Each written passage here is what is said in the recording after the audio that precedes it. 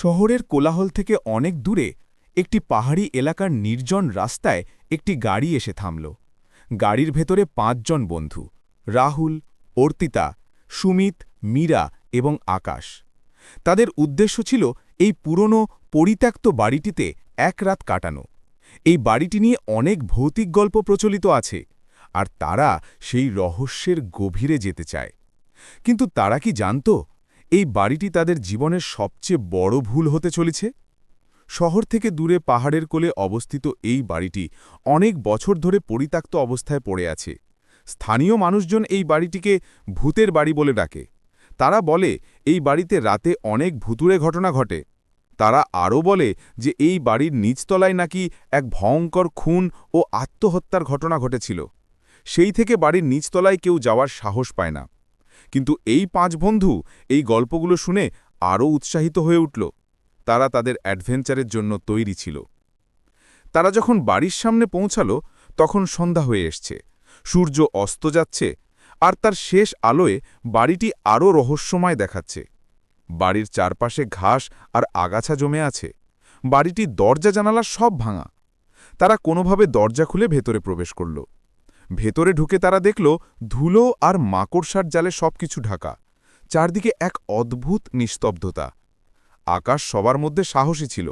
সে বলল, চলো আমরা নিচতলায় যাই, সেখানেই তো আসল রহস্য লুকিয়ে আছে। সুমিত ভয় পেয়ে বলল, আকাশ, আমরা কি এই ঝুঁকি নেব? যদি সত্যি সত্যি কিছু ঘটে? কিন্তু রাহুল তাকে শান্ত করল। সে বলল, সুমিত, এটা শুধু একটা গল্প, আমরা শুধু রহস্যটা দেখতে এসেছি। তারা সবাই মিলে নিচতলায় নামার জন্য প্রস্তুতি নিল। মীরা তার মোবাইল ফোনের ফ্ল্যাশ লাইট অন করল। ফ্ল্যাশ লাইটের আলোয় তারা দেখতে পেল নিচতলায় সিঁড়িটি খুব পুরনো আর ভেঙে গেছে। তারা ধীরে ধীরে সিঁড়ি দিয়ে নামতে লাগল। নিচতলায় নামতেই এক অদ্ভুত গন্ধ তাদের নাকে লাগল। গন্ধটা পুরনো বই আর পচা কাঠের মতো। নিচতলায় একটি বড় ঘর ছিল। ঘরটিতে কোনো আসবাবপত্র ছিল না, শুধু একটি পুরনো টেবিল আর একটি ভাঙা চেয়ার ছিল। টেবিলের ওপর একটি পুরনো ডায়েরি আঁকা ছিল।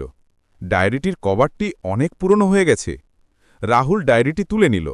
সে ডায়েরিটি খুলতেই দেখল পাতাগুলো হলুদ হয়ে গেছে। ডায়েরিটি খুলতেই তার ভেতর থেকে একটি পুরনো ছবি নিচে পড়ে গেল। ছবিতে একটি মেয়ে আর একটি ছেলে পাশাপাশি দাঁড়িয়ে আছে। তাদের মুখগুলো ছিল হাসি খুশি। রাহুল ডায়েরিটি পড়তে শুরু করল। ডায়েরির প্রথম পাতায় লেখা ছিল, আজ আমি আমার জীবন শেষ করতে চলেছি। আমি আর সহ্য করতে পারছি না।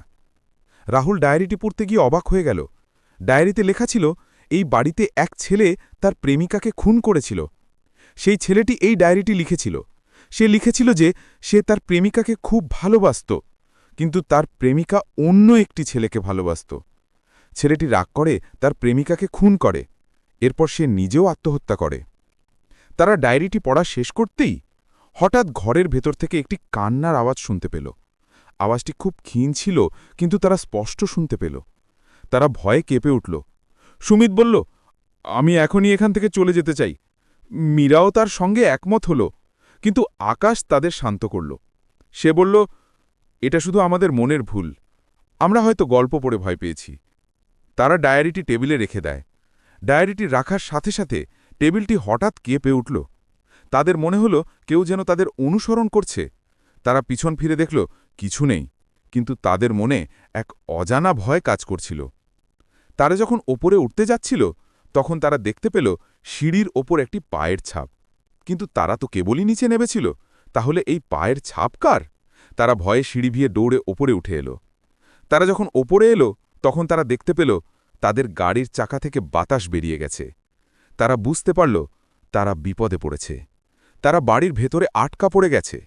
তাদের মোবাইল ফোনের নেটওয়ার্কও কাজ করছিল না। রাত হয়ে যাচ্ছিল। তারা সবাই মিলে একটি ঘরে আশ্রয় নিল। তারা দরজা বন্ধ করে দিল। রাহুল বলল, আমাদেরকে এই রাতে এখানেই থাকতে হবে। সবাই ভয়ে চুপ করে রইল। হঠাৎ তারা শুনতে পেল কেউ যেন দরজার বাইরে হাঁটাহাঁটি করছে। তারা ভয়ে চুপ করে রইল। রাহুল দরজার দিকে তাকিয়ে দেখল দরজার নিচে একটি ছায়া দেখা যাচ্ছে। ছায়াটি তাদের দিকে এগিয়ে আসছে। তারা ভয়ে চিৎকার করে উঠল। ছায়াটি ধীরে ধীরে দরজা খুলে ঘরের ভেতরে প্রবেশ করল। তারা ভয়ে চোখ বন্ধ করে ফেলল। যখন তারা চোখ খুলল তখন দেখল ঘরের ভেতরে কেউ নেই, কিন্তু তাদের হাতে সেই ডায়েরির ভেতর থেকে একটি ছবি বেরিয়ে এলো। ছবিতে সেই ছেলেটি আর সেই মেয়েটি, কিন্তু এবার ছেলেটির মুখে কোনো হাসি ছিল না, তার চোখগুলো ছিল লাল। তারা ভয় ডায়েরিটি দূরে ছুঁড়ে ফেলল। ডায়েরিটি মেঝেতে পড়তেই তা থেকে একটি ভয়ঙ্কর শব্দ বেরিয়ে এলো। শব্দটা কান্নার মতো ছিল। তারা ভয়ে আবার চিৎকার করে উঠল। তারা কোনো মতে রাতটা কাটানোর চেষ্টা করল। তারা সবাই মিলে এক কোণে বসে রইল। হঠাৎ তারা দেখতে পেল ঘরের দেয়ালের ওপর একটি ছবি তৈরি হচ্ছে। ছবিতে সেই ছেলেটি তার প্রেমিকাকে খুন করছে। তারা ভয়ে চোখ বন্ধ করে ফেলল। পরের দিন সকাল হল। তারা যখন চোখ খুলল, তখন তারা দেখতে পেল তারা একটি কবরস্থানে বসে আছে। তাদের চারপাশে পুরনো কবর, তাদের হাতে সেই ডায়েরিটি। তারা ভয়ে ডায়েরিটি ছুঁড়ে ফেলে দিল। তারা কবরস্থান থেকে বেরিয়ে এলো। তারা যখন তাদের গাড়ির কাছে পৌঁছালো, তখন দেখল গাড়ির চাকা ঠিক আছে। তারা গাড়িতে উঠে দ্রুত সেখান থেকে চলে গেল। তারা আর কখনো সেই বাড়ির দিকে ফিরে তাকালো না, কিন্তু তাদের মনে সেই রাত্রির কথা চিরকাল থেকে গেল। বন্ধুরা, যদি এই গল্পটি আপনাদের ভালো লেগে থাকে, তাহলে অবশ্যই আমাদের চ্যানেলটি সাবস্ক্রাইব করবেন। আমরা নিয়মিত এই ধরনের ভৌতিক ও রহস্যময় গল্প আপনাদের জন্য নিয়ে আসি। আপনাদের ভালোবাসা ও সমর্থন আমাদের নতুন গল্প বানাতে উৎসাহিত করবে।